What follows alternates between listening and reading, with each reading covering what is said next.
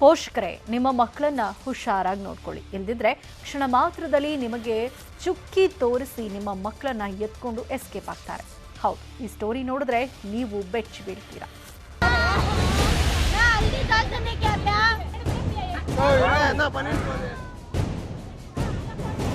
ಈ ಫೋಟೋದಲ್ಲಿ ಮಳ್ಳಿಯಂತೆ ಇರೋಳೆ ನೋಡಿ ಮಕ್ಕಳ ಕಳ್ಳಿ ಕಣ್ಣು ಮಿಟುಕಿಸುವಷ್ಟರಲ್ಲಿ ಮನೆಯಲ್ಲಿರೋ ಕಂದಮ್ಮನನ್ನ ಹೊತ್ತೊಯ್ತಾಳೆ ಈ ಖತರ್ನಾಕ್ ಮಹಿಳೆ. ನೋಡಿ, ಅದಕ್ಕೆ ಸಾಕ್ಷಿ ಈ ಸಿಸಿಟಿವಿ ವಿಡಿಯೋ.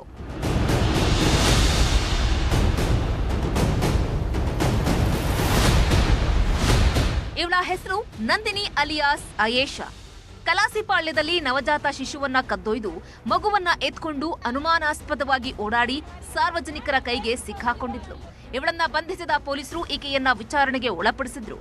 ಆಗ ಇವಳ ಕಳ್ಳಾಟ ಎಲ್ಲ ಬಯಲಿಗೆ ಬಂದಿದೆ. ಎನ್ಜಿಒ ಅನ್ಕೊಂಡು ಯಾವುದೋ ಒಂದು ಸಂಸ್ಥೆಯ ಬ್ರೌಚರ್ ಹಿಡ್ಕೊಂಡು ಡೊನೇಷನ್ ಕೇಳೋ ನೆಪದಲ್ಲಿ ಮನೆಗೆ ಎಂಟ್ರಿ ಕೊಡ್ತಿದ್ಲಂತೆ.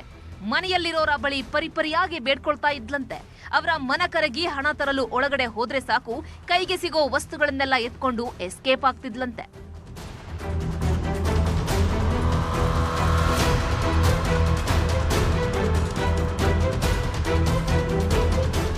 ಇದು ಹಗಲಲ್ಲಿ ಕಳ್ಳಿ ಮೇಡಮ್ ಮಾಡ್ತಾ ಇದ್ದ ಡ್ಯೂಟಿ.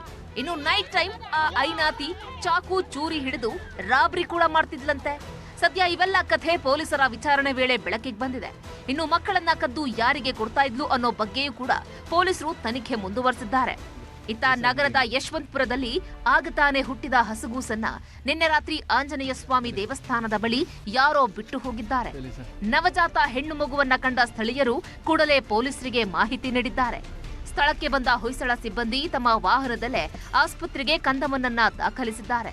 ಸದ್ಯ ನವಜಾತ ಶಿಶು ಆರೋಗ್ಯವಾಗಿದ್ದು ಯಶವಂತಪುರ ಠಾಣೆಯಲ್ಲಿ ಐಪಿಸಿ 317ರ ಅಡಿಯಲ್ಲಿ ಎಫ್ಐಆರ್ ದಾಖಲಿಸಲಾಗಿದೆ. ಮಂಜು ಆರ್ಯ ಹಾಗೂ Gangadhar, crime bureau, news 18, Bengaluru.